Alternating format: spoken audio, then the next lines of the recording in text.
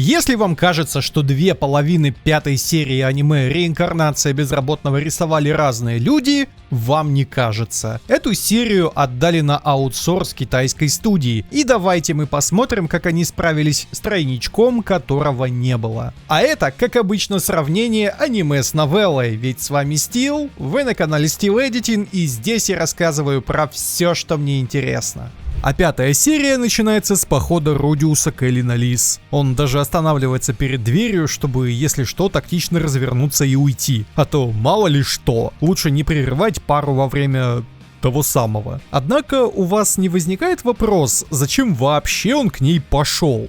Все просто. В новелле в начале 7 главы под названием «Свадебная церемония» есть кусок, вырезанный из аниме. И я даже понимаю почему. Как вы помните по моим видосам про предыдущие серии, Айша в новелле куда более бесстыдная, чем в аниме. И иногда она лезла поспать в обнимку с любимым братиком. И вот в один из дней Норн тоже изъявляет такое же желание.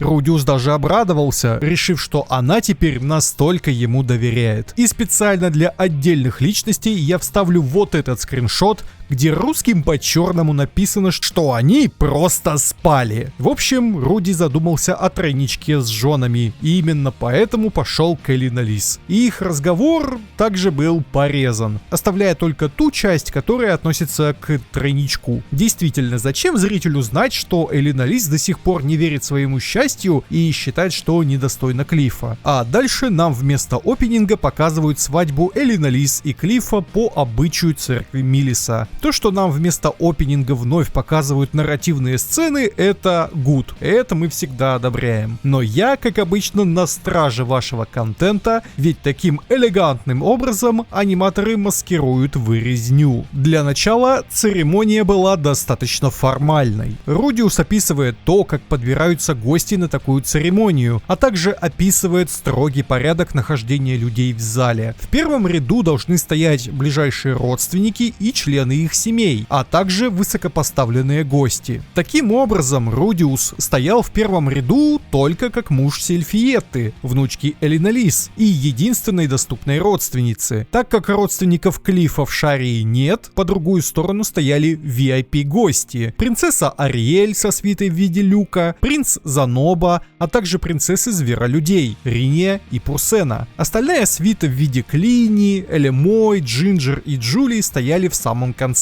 Там же в конце должны были стоять и Норн с Айшей, а вот Зенит и Лилии по новелле здесь просто не было. Внимательный зритель спросит, а как же Рокси? Она же не прямая родственница Сильфиетте. Да, не прямая. И в тексте даже есть целый кусок текста, посвященный тому, что синеволосый Мигурт места себе не находила, будучи поставленной в первый ряд. Она вторая жена, что как бы прямо запрещено законом святого Милиса. Люк ее успокоил, сказав, что многие дворяне Асуры имеют двое и больше жен, и что они даже так умудряются сочетаться браком по обычаям другой страны. Мне вот, кстати, интересно, какое лицо было бы у этого священника, если бы он узнал, что Рокси вообще-то демон. Мне кажется, эту часовню пришлось бы восстанавливать из руин, ибо после попытки священника прямо на месте ее убить, Руди разнес бы все здание. И еще в этой сцене вырезано описание легенды о святом Милисе, в которой описывается, откуда вообще пошла эта церемония. А уже по пути домой происходит сцена с женами и сестрами, и она идет в точности по новелле, за исключением очевидного факта, что в новелле сам Рудиус упрекал Айшу за то, что она запрыгнула на него, раскинув ноги. В аниме же это делает Лилия. И вот как-то так пролетела целая глава. Вообще, эта серия уже по классике экранизирует 3 главы новеллы. Свадебная церемония, по цветку в каждой руке и вечеринка. А дальше в аниме нам показывают то, как наша троица гуляет по городу в поисках подарков для Айши и Норн. Ведь они не получили свой заслуженный праздник ни на 5 лет, ни на 10. В общем, нам показывают праздник праздник сбора урожая, и я уже не могу сдерживаться. С графикой в этой серии происходит что-то не то. Точнее, она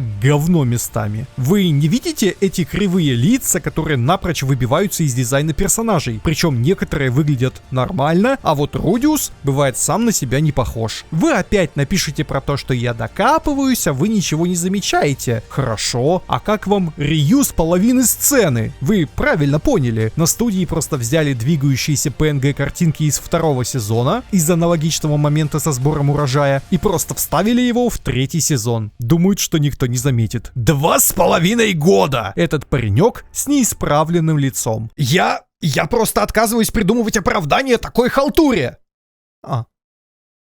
Придумал. Вот тут, например, еще один разговор идет на фоне городского пейзажа, и нам показывают криво нарисованных людей. Не просто схематичных, стоящих на заднем плане, а натурально криво нарисованных, а целый проезд камеры, которая медленно движется несколько секунд. И я, как зритель, успеваю вдоволь насладиться вот этим. А что вы так недовольно на меня смотрите? Если аниматорам прощается их лень, стало быть, и мне тоже можно вставить кусок из своего старого видео. Если вы его не видели, рекомендую посмотреть. Узнаете хоть почему второй сезон так провалился по графике. Возвращаемся к прогулке. И здесь вырезали мысли Рудиуса о Рении и Пурсене, которых снова донимают во время брачного сезона. Но так как в этом году их не защищает Руди, они поставили себе цель найти минимум Святого Меча, мага продвинутого уровня или приключенца ранга А. А еще у него шерсть должна быть блестящей, уши прямыми, а хвост длинным. А характером он должен быть одновременно и воином, и джентльменом. На что Руди мысленно отметил, что зверодевки зажрались. Ведь такой крутой парень на деревне только он. Учитывая, куда заведет судьба этих принцесс, зря на студии это вырезали. Ну и интеракции с женами во время прогулки тоже были вырезаны, ибо нефиг показывать в очередной раз, что Рудиус счастлив. Если что, это сарказм. Гуляя по городу, Руди с женами заходит в район мастерских. И тут в аниме вырезана справка Рудиуса о том, как вообще устроен этот район и какие магические инструменты здесь продают. Еще в аниме вырезали насущную сторону вопроса покупок. Собственно, на какие гроши это все покупать. Счетовод Рудиус рассказывает читателю, что доход их семьи состоит из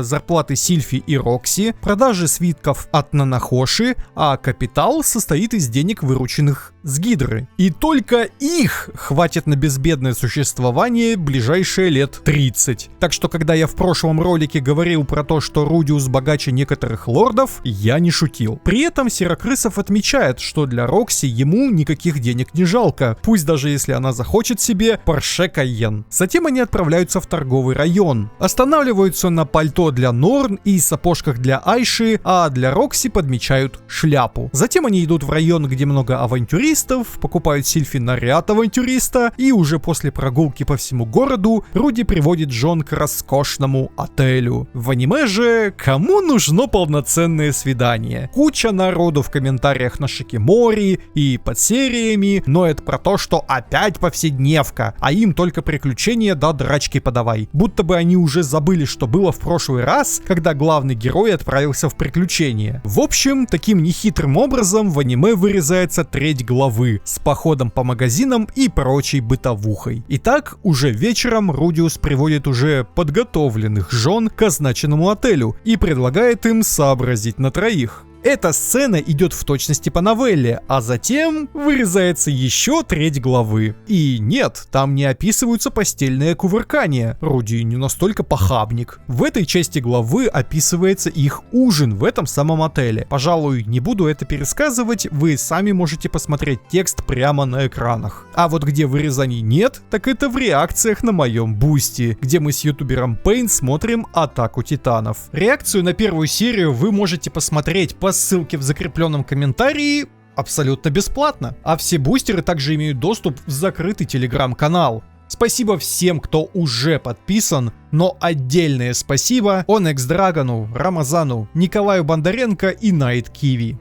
Дальше в серии Рудиус хочет подготовить все к вечеринке, и в качестве примера он берет вечеринку, которую ему закатили Бориасы. Поэтому он выманивает Норн и Айшу из дома, а заодно еще и Рокси. В аниме вырезали то, что умничка Норн сразу заподозрила неладное и начала расспрашивать Руди, почему он берет только их и Рокси. Норн умничка, но сложить 2 и 2 не смогла. А вот Айша сделала вид, что купилась и только хитренько посмеивалась. И так вся компания пошла на рыбалку. В новелле у них были удочки с лесками из плетеного шелка гигантского паука, поплавками из мешочков лягушки-радиаты и обычными земляными червями. В аниме же наоборот. Удочки, лески и поплавки обычные, а вот черви явно фэнтезийные. И чтобы Рокси и Норн сблизились, Рудиус оставляет их вдвоем, чтобы маленькая демоница смогла найти общий язык с Мелисианкой. И эта сцена идет в точности по новелле, за исключением отличной режиссерской находки. А вы думали, что я сегодня буду их только ругать? Находка заключается в совместном вытаскивании рыбы, чего не было в книге, но отлично показывает потепление в их отношениях. Затем нам показывают Айшу и Рудиуса, и здесь в аниме подрезается фраза Айши. Как вы помните, в книге она намного бесстыднее и предлагает старшему брату, что если она поймает больше рыбы, то он должен будет научить ее тому, что он делает с Рокси и Сильфи по ночам. Рудиус же наотрез отказывается, мотивируя тем, что Паула с того света его не простит. Затем Рудиус вылавливает сапог, и в аниме это не показывается, но в новелле он даже включает свой демонический глаз, настолько он не хочет проигрывать своей сестренке. Вообще, тут он дико похож на Паула, который тоже хотел казаться как можно круче перед своим сыном. И, честно говоря, такое до добра не доведет. Но в аниме это вряд ли экранизируют. А в новелле Рудиус пытается отмазаться, что он поймал этот сапог, а значит это рыба, и идет в зачет, после чего Айша выкидывает его в реку, а Руди мысленно отчитывает ее за загрязнение окружающей среды. В аниме же наоборот, Руди выступает за чистоту рек, и это мы одобряем, но затем он берет и вмазывает электрошоком прямо по реке. Мы осуждаем ловлю на электроудочку. В ранобэ такого и близко не было. Тем не менее, само заклинание, а также то, как Рудиус пришел к его созданию, было описано и по-хорошему должно было быть показано еще в прошлой серии. В аниме же толком ничего не рассказали, но так как электрошок станет еще одним сигнатурным заклинанием Руди наряду с каменной пушкой, ему стоит уделить больше времени. Итак, заклинание «Грозовые облака» принадлежит святой ступени. Это погодное заклинание, как заклинание других школ святой ступени. Заклинание «Молния» же принадлежит королевской ступени. И чисто технически «Грозовые облака» и «Молния» — это одно и то же заклинание. Просто второе — это логическое завершение первого. Проблема в том, что в отличие от заклинаний ступеней ниже, типа огненного шара, здесь порогом для мага является большой монокост. Нужно рассеять очень много своей маны по небу, чтобы пошел дождь с грозой. Молния же требует от заклинателя не только рассеять ману, но и удержать ее и ману окружающей природы, а затем обрушить всю эту мощь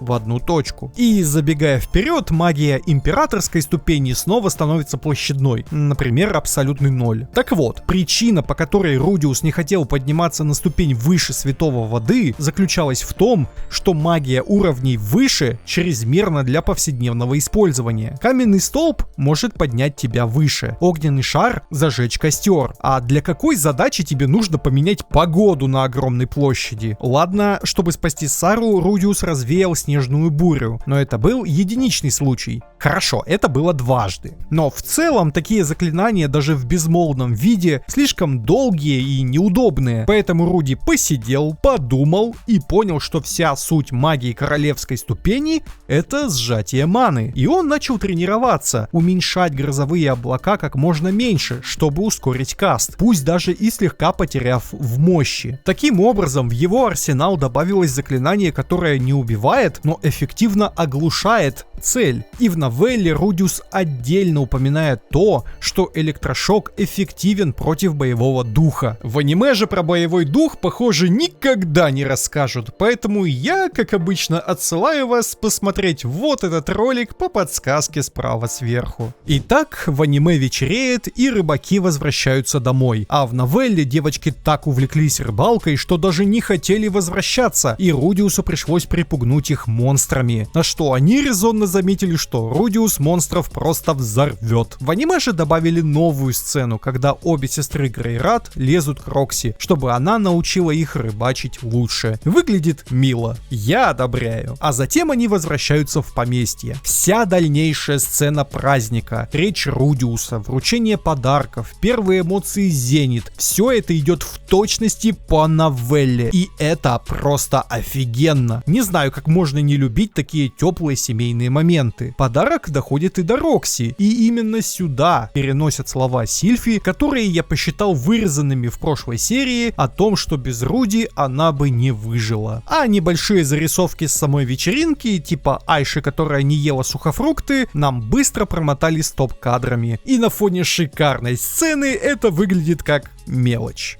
Итак, серия оставила двоякое впечатление. С одной стороны, у нас шикарная вторая половина, где все отлично с графикой, с нарративом, с пейсингом, и первая половина серии с кривыми лицами и с кучей вырезни. Эту серию отдали на аутсорс китайской студии Paper Cranes. А вот что написал в твиттере режиссер этого эпизода еще до выхода серии. Почему только мои эпизоды отдают на аутсорсинг зарубежной компании, которая даже не умеет нормально собирать слои и читать раскадровки? Теперь качество моих эпизодов резко упадет, и я же еще и останусь крайним. Теперь понятно, какой эпизод он имел в виду. Поэтому получилось как получилось. И у меня остается только надежда на то, что таким образом просто удешевляется производство. И что на самые важные серии будут поставлены самые опытные и ответственные люди. Ну а на сегодня все. Всем удачи и всем пока.